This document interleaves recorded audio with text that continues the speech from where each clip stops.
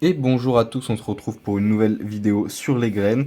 On est à nouveau avec des tomates, donc avec des Solanum lycopersicum, en l'occurrence var esculentum. D'ailleurs, je l'ai précisé pour aucune tomate, mais je crois bien que toutes les tomates sont var esculentum, toutes celles que l'on consomme en tout cas. Pas sûr à 100%, ça a vérifié, mais pas loin. On est donc sur une dicotylédone, comme pour les autres tomates.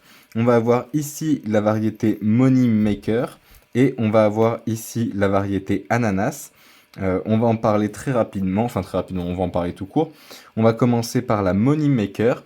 C'est une tomate qui est indéterminée, de taille moyenne et bien ronde, une tomate plutôt précoce. Hop, si on vient regarder quelques graines.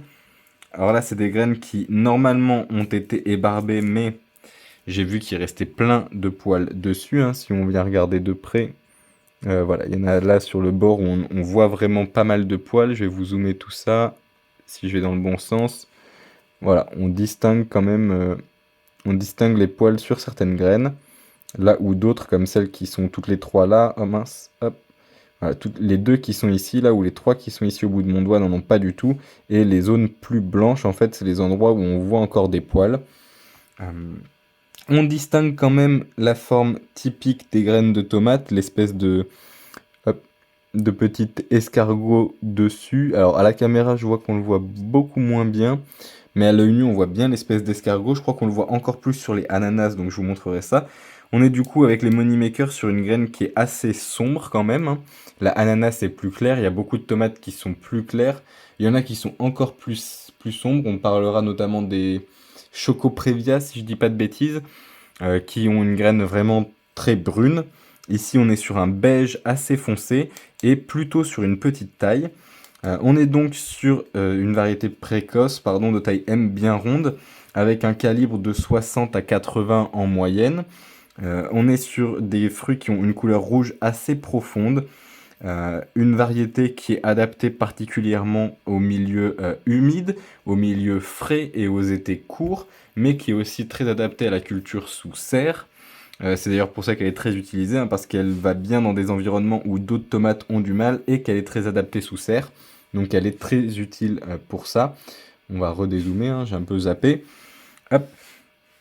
Donc on est toujours sur celle-ci. On a une levée de 7 à 10 jours, une température de semis de 20 à 25 degrés, un diamètre de plante d'environ 50 cm pour une hauteur de 100 cm à 160 cm.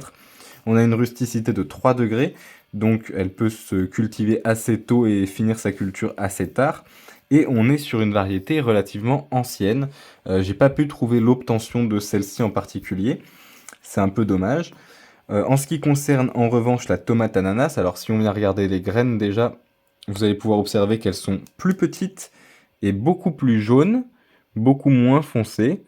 Je ne sais pas si la différence est très visible, hein, mais voilà, on est sur une graine qui est quand même beaucoup plus claire et de plus petit calibre. Euh, Hop, on va venir les ranger.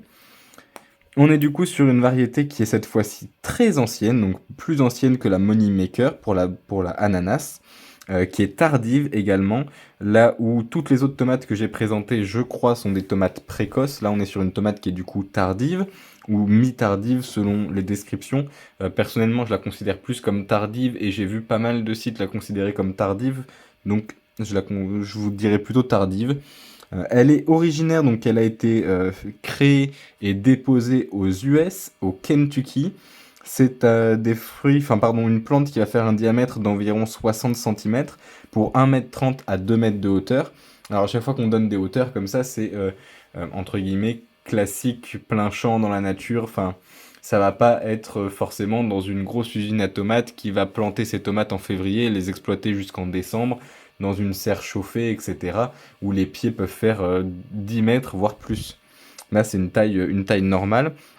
On va être sur des fruits qui sont orange, marbrés de rouge, des fruits, donc des tomates indéterminées, un type chair de bœuf, donc un petit peu comme la cœur de bœuf, elle va être côtelée, elle va être grosse, elle va être un petit peu aplatie, légèrement aplatie, contrairement à la cœur de bœuf. On est sur des fruits qui peuvent peser jusqu'à 1 kg, mais qui vont faire en moyenne dans les 300-400 grammes. Et on a une chair qui est dense, qui est juteuse, qui est sucrée, avec un temps de levée de 5 à 14 jours, une température de semis à 25 degrés et une température de culture à 25 degrés minimum. Donc si on la compare un petit peu à celle-ci, on a quand même une levée qui est un peu plus rapide, enfin qui peut démarrer plus vite. On a une température de semis par contre qui est plus élevée, ce qui est plutôt normal pour une plante plus tardive qui va donner ses fruits plus tard dans la saison. Et on est surtout sur des gros fruits avec peu de graines qui vont faire de toutes petites graines. Ce qui était assez intéressant à montrer, la différence de couleur également. Ces deux variétés qui sont très connues, que je vous recommande, qui fonctionnent très bien. Je vous dis merci à tous et bonne journée.